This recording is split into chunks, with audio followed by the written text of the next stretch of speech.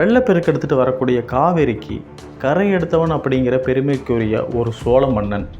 சோழ மன்னர்கள்லேயே பேரரசன் அப்படிங்கிற ஒரு பட்டத்தை மற்ற சோழ மன்னர்களுக்கு முன்னாடியே பெற்ற ஒரு சோழ மன்னன். தான் நின்று நடத்திய முதல் போரிலேயே ஒரு மாபெரும் வெற்றியை சுவைத்த ஒரு சோழ மன்னன். அந்த சோழ மன்னனை பற்றி தான் இன்னைக்கு நம்ம காணொலியில் பார்க்க போகிறோம்.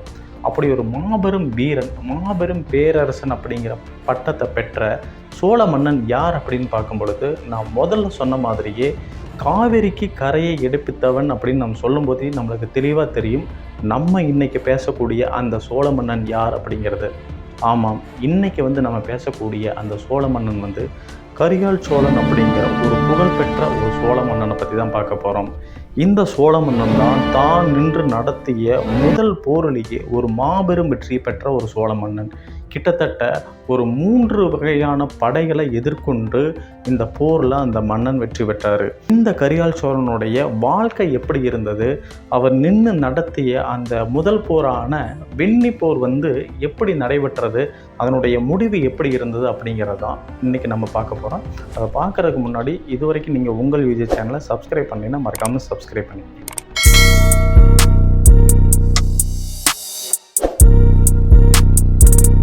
இந்த கரிகால் சோழனை பற்றி பேசும்பொழுது 2 நூல்கள் இவருடைய வாழ்க்கையை பற்றி ரொம்ப தெளிவாக குறிப்பிடுது.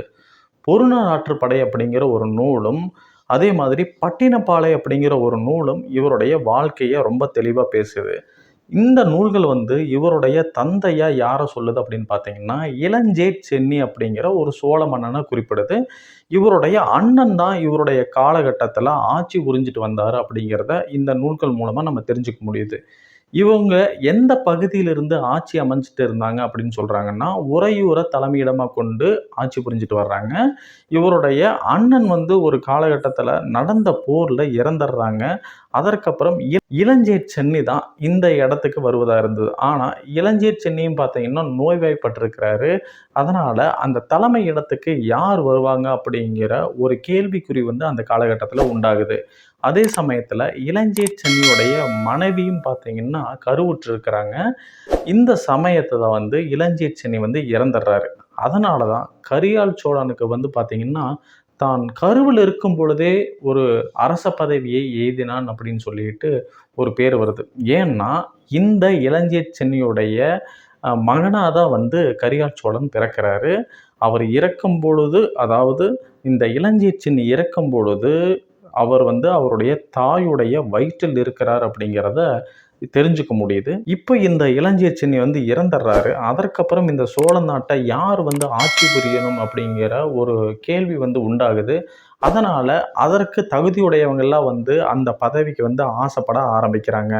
அதே சமயத்தில் இந்த சோழ அரசியாக இருக்கக்கூடிய இந்த கரிகால் சோழனுடைய அம்மாவுக்கும் ஒரு பயம் உண்டாகுது. ஏன்னா தன்னுடைய மகனை கொன்றுவாங்க அப்படிங்கிறதும் அவங்க தெரிஞ்சுக்கிறாங்க. அதனால் என்ன பண்ணுறாங்கன்னா, தன் மகன் பிறக்கும் வரை காத்திருந்து அந்த மகன் பிறந்ததுக்கப்புறம் தன்னுடைய அண்ணனாக இருக்கக்கூடிய இரும்பிட தலையார் அப்படிங்கிற ஒரு புலவர்கிட்ட தன்னுடைய மகனை கொடுக்குறாரு. அவர் கரூர் கொண்டு போயிட்டு இந்த கரிகால் சோழனை வளர்த்தெடுத்துட்டு வர்றாரு. இப்போ இந்த பகுதியில் இருக்கக்கூடிய, அதாவது சோழ நாட்டில் இருக்கக்கூடிய மக்களுக்கு அரசி ஒரு குழந்தைய பெத்தெடுத்தாங்க அப்படிங்கிறது தெரியும். ஆனால் ஆணா பெண்ணா அப்படிங்கிற எந்த ஒரு விஷயமே தெரியாது. அதே சமயத்தில் கரிகால் சோழன் தன்னுடைய குழந்தைய பருவத்தை கரூரில் கழிச்சிட்டு வர்றாரு. இந்த சமயத்தில் தான் சோழ நாட்டுக்கு ஒரு அரசன் தேவைப்படுது. அதனால் அங்கே இருக்கக்கூடிய மக்களுடைய ஒரு வழக்கம் என்னன்னா, அரச பதவிக்கு தகுதியான வாரிசுகள் இல்லைன்னா பட்டத்து யானை மூலமாக ஒரு மாலை கொண்டு போவாங்க. அந்த மாலையை பட்டத்து யானை யார் மேலே போடுதோ அவங்க தான் அந்த நாட்டுக்கு அரசன் அப்படிங்கிற ஒரு முடிவுக்கு வருவாங்க. அப்படி தான் இந்த முடிவுக்கு அந்த நாட்டு மக்கள் வர்றாங்க. அப்போ அந்த பட்டத்து யானை சோழ நாடு முழுக்க அலையுது. ஆனால் யார் மேலேயும் அந்த மாலையை போடலை. அது என்ன பண்ணுதுன்னு நேராக கரூருக்கே போகுது. அங்கே இரும்பிட தலையாருடைய பாதுகாப்பில் வளர்ந்துட்டு இருக்கக்கூடிய கரிகால் சோழன் மேலே அந்த மாலையை போட்டு அந்த நாட்டுக்கு அழைச்சிட்டு வருது. இந்த சூழ்நிலையில் எப்படி இருந்தாலும் பார்த்தீங்கன்னா, உண்மையாகவே கரிகால் சோழன் தான் அதுக்கு தகுதியுடைய ஒரு வாரிசாக இருக்கும் பட்சத்தில் அந்த பட்டத்து யானையும் அதுவே செய்யுது அப்படிங்கிறதையும் பார்க்கும் பொழுது, இது ஒரு தவிர்க்க முடியாத ஒரு நிகழ்வாக தான் இருக்குது அப்படிங்கிறதையும் நம்ம தெரிஞ்சுக்கிறோம். இப்போ இந்த சோழ நாட்டுக்கு வந்து கரியால் சோழன் ரொம்ப சின்ன வயசுலயே வந்து மன்னர் ஆயிடுறாரு. ஆனா இதை எதிர்பார்க்காத மற்ற பகைவரெல்லாம் என்ன பண்றாங்கன்னா, கரியால் சோழனை வந்து எப்படியாவது இந்த அரச பதவியிலிருந்து அகற்றிடணும் அப்படின்னு முடிவு பண்றாங்க. அதனால அவங்க என்ன பண்றாங்கன்னா, கரியால் சோழனை கைது பண்ணி சிறையில் அடைச்சிடுறாங்க. சிறையில் அடைச்சது மட்டுமல்லாம, அந்த சிறைக்கு தீயும் வச்சிடுறாங்க. இப்போ இந்த சிறையிலிருந்து அவர் எப்படியாவது தப்பிச்சு வரணும். கரியால் சோழன் என்ன பண்றாரு, சிறையில் இருக்கும் பொழுதே தனக்கு தேவையான அனைத்து தகுதியிலும் வளர்த்துக்கிறாரு. அப்படி அங்க வந்து அந்த சிறையிலிருந்து தன்னுடைய முழு பலத்தையும் உபயோகித்து, அங்க இருக்கிறவங்கள எல்லாம் வந்து தாக்கி, அந்த சிறையிலிருந்து வந்து வெளிவரணும் அப்படின்னு நினைக்கிறாரு. அத தான் அவர் செஞ்சுட்டும் இருக்கிறாரு. அப்போ அதே சமயத்துல இரும்பிட தலையாரும் பார்த்தீங்கன்னா, அந்த இடத்துக்கு வர்றாரு. அவருடைய துணை கொண்டு அந்த சிறையிலிருந்து மீண்டு வந்துடுறாரு. ஆனாலும் பார்த்தீங்கன்னா, அந்த தீ வச்சதால அவருடைய கால்கள் வந்து கருகி போச்சு. அதனால தான் வந்து அவருக்கு கரிகாலன் அப்படிங்கிற ஒரு பேர் வந்ததையும் நம்ம தெரிஞ்சுக்கிறோம். இப்போ அந்த சிறையிலேருந்து மீண்டு வந்துட்டாரு. அவர் மீண்டு வந்தது மட்டும் இல்லாம, பகைவர்கள தாக்கி அழிச்சு சோழ நாட்டுக்கு ஒரு சக்தியான மன்னரா வந்து உருவாகுறாரு. இப்படி சோழ நாட்ட ரொம்ப திறம்பட வந்து நிர்வாகம் பண்ணிட்டு வர்றாரு. அப்படி இருந்தாலும் பார்த்தீங்கன்னா, தான் வந்து ரொம்பவே வந்து ஒரு வீக்கா இருக்கிறான் அப்படின்னு வந்து யாரும் நெனச்சிறக்கூடாது அப்படிங்கிறதால, தன்னால முடிஞ்ச பகுதிகளை எல்லாம் வந்து கைப்பற்ற ஆரம்பிக்கிறாரு. தன்னுடைய நாட்டுடைய எல்லைகள விரிவாக்கம் பண்ணணும் அப்படின்னு நெனைக்கிறாரு. அப்படி சின்ன சின்ன பகுதிகள கைப்பற்றிட்டு வர்றாரு. இப்போ ஒரு சின்ன வயது சிறுவன் வந்து ஒரு சோழ நாட்டுக்கு மன்னனா இருக்கிறாப்ல, ஒரு பேரரசனா இருக்கிறாரு அப்படிங்கிறதெல்லாம் வந்து மற்ற சிற்றரசர்களுக்கும், மத்த மன்னர்களுக்கும் வந்து பிடிக்கல.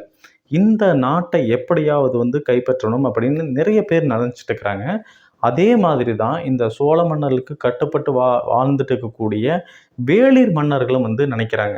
இந்த வேளிர் மன்னர்கள் பார்த்தீங்கன்னா, ஒரு 11 பேர் இருக்கிறாங்க. இந்த 11 பேர் சேர்ந்து பார்த்தீங்கன்னா, இந்த கரிகால் சோழனை வீழ்த்தி அந்த நாட்டை கைப்பற்றணும் அப்படின்னு நினைக்கிறாங்க. இவங்கெல்லாம் திட்டம் போட்டதுல அவங்க என்ன நினைக்கிறாங்கன்னா, அவங்கனால எளிதா இந்த சோழ நாட்ட தாக்கி தங்களுடைய ஆளுகைக்கு கீழ கொண்டு வந்துர முடியும் அப்படின்னு நினைக்கல. அவங்க என்ன பண்றாங்கன்னா, இதற்கு உதவியா பாண்டிய மன்னனுடைய உதவி இருந்தா சரியா இருக்கும் அப்படின்னு நினைக்கிறாங்க. அதனால பாண்டிய மன்னன்கிட்ட போய் முறையிடுறாங்க.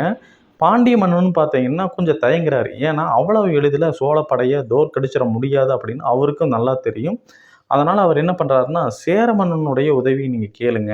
அவரு வந்தாருன்னா எங்களுடைய படையும் வரும். அந்த 3 படைகளும் சேர்ந்து வந்து நம்ம கொண்டு இந்த சோழ நாட்ட தாக்குனா, மிக எளிதா வந்து சோழ நாட்ட நம்ம கைப்பற்றிடலாம் அப்படின்னு சொல்லிட்டு அறிவுரை சொல்றாங்க. இப்போ இவங்க வந்து சேர மன்னன்கிட்ட போறாங்க. அப்ப யார் வந்து சேர நாட்ட ஆண்டுட்டு வர்றாங்க அப்படின்னு பார்த்தீங்கன்னா, சேரமான் பெருஞ்சேரலாதன் அப்படிங்கிற ஒரு மன்னன் தான் ஆட்சி புரிஞ்சுட்டு வர்றாரு. அவங்க கிட்ட போய் இந்த விஷயத்த இந்த வேளிர் மன்னர்கள் சொல்றாங்க. இதெல்லாம் கேட்டுட்டு அவரு சம்மதிச்சிடுறாரு. இப்போ அந்த சேர மன்னன் என்ன பண்றாருன்னா, தன்னுடைய படைகள கூப்பிட்டு பாண்டி நாடு போயிடுறாங்க.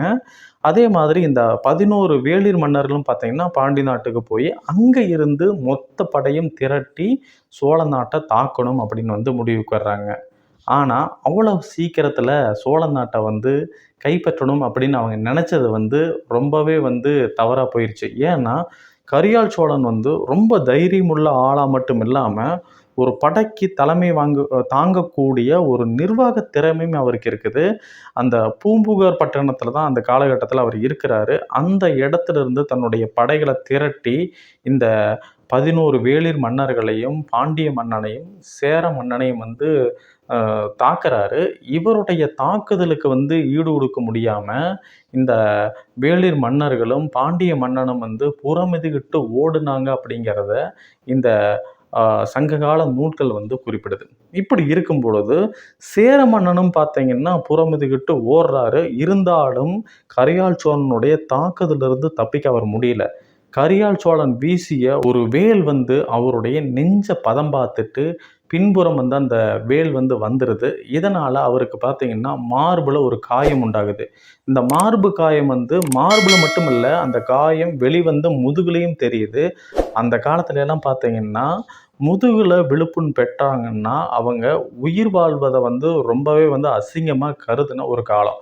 அதனால இந்த சேர மன்னன் என்ன பண்றாருன்னு பார்த்தீங்கன்னா, இதற்கு மேல அதாவது கரிகாலனால் தாக்கப்பட்டு, இப்ப அவர் உயிரோட இருந்தாலும், அது வந்து தனக்கு இழுக்கு அப்படின்னு கருதி, வடக்கிருந்து வந்து உயிர் திறந்தார் அப்படின்னு சொல்லிட்டு ஒரு பாடல் சொல்லுது. அந்த பாடலையும் நம்ம இப்ப பார்க்கலாம். கரியால் வேந்தனோடு வெண்ணி பரந்தலையில் பொருது புண்ணாணிய சேரலாதன் அழிகள மருங்கின் வாழ் வடக்கிருந்தான் அப்படின்னு சொல்லிட்டு அகநானூறு வந்து சொல்லுது அப்படின்னு குறிப்பிடுறாங்க. இப்படி இந்த வெண்ணி போர்ல ஈடுபட்ட அந்த சேர மன்னனும் பார்த்தீங்கன்னா இறுதியில் மரணம் அடைஞ்சார் அப்படிங்கிறத இந்த பாடல் மூலியமா நம்ம தெரிஞ்சுக்கிறோம். மற்ற மன்னர்கள், அதாவது பாண்டிய மன்னனும் இந்த வேளிர் மன்னர்களும் பார்த்தீங்கன்னா இவருக்கு கட்டுப்பட்டு வாழக்கூடிய ஒரு சிற்றரசர் நிலைக்கு வந்து தள்ளப்பட்டாங்க அப்படிங்கிறதையும் நம்ம வந்து புரிஞ்சுக்கலாம். ஏன்னா கரிகால் சோழன் வந்து அவங்கள கொல்லலை, மாறா அவங்க நாட்டை அவங்களுக்கே கொடுத்து தனக்கு கட்டுப்பட்டு வாழக்கூடிய ஒரு சிற்றரசன் நிலைக்கு அவங்கள வந்து நிலைநிறுத்தினார் அப்படிங்கிறத நம்ம தெரிஞ்சுக்கிறோம். இப்படிதான் தான் சந்திச்ச ஒரு முதல் போர்ல, அதுவும் அந்த போருக்கு ஒரே தலைவன் இவர் தான். அந்த போர்ல கிட்டத்தட்ட 11 வேளிர்கள், ஒரு பாண்டிய மன்னன், ஒரு சேர மன்னன், இவங்க எல்லாத்தையும் வந்து வென்று தான் ஒரு சிறந்த மாவீரன், ஒரு சிறந்த பேரரசன் அப்படிங்கிறத நிலைநாட்டினாரு நம்ம இன்னைக்கு பேசிட்டு இருக்கக்கூடிய இந்த கரிகால் சோழன். இந்த கரிகால் சோழன் வந்து இந்த வெண்ணிப்போர்ல மட்டும் வந்து வெற்றி பெறல, மாறா வாகை பரந்தலை போர் அப்படிங்கிற ஒரு போர்ல வெற்றி பெறாரு. வடக்க வந்து இமயமலைக்கு போய் வந்து தான் வெற்றி கொடியை நாட்டுறாரு. இப்படியெல்லாம் வந்து சிறப்பை பெற்ற இந்த கரிகால் சோழன் வந்து 83 வயசு வரைக்கும் வாழ்ந்தார் அப்படிங்கிறதையும் நம்ம தெரிஞ்சுக்கிறோம். இந்த கரிகால் சோழனை பற்றி பேசுறதுக்கு நிறையவே இருக்குது.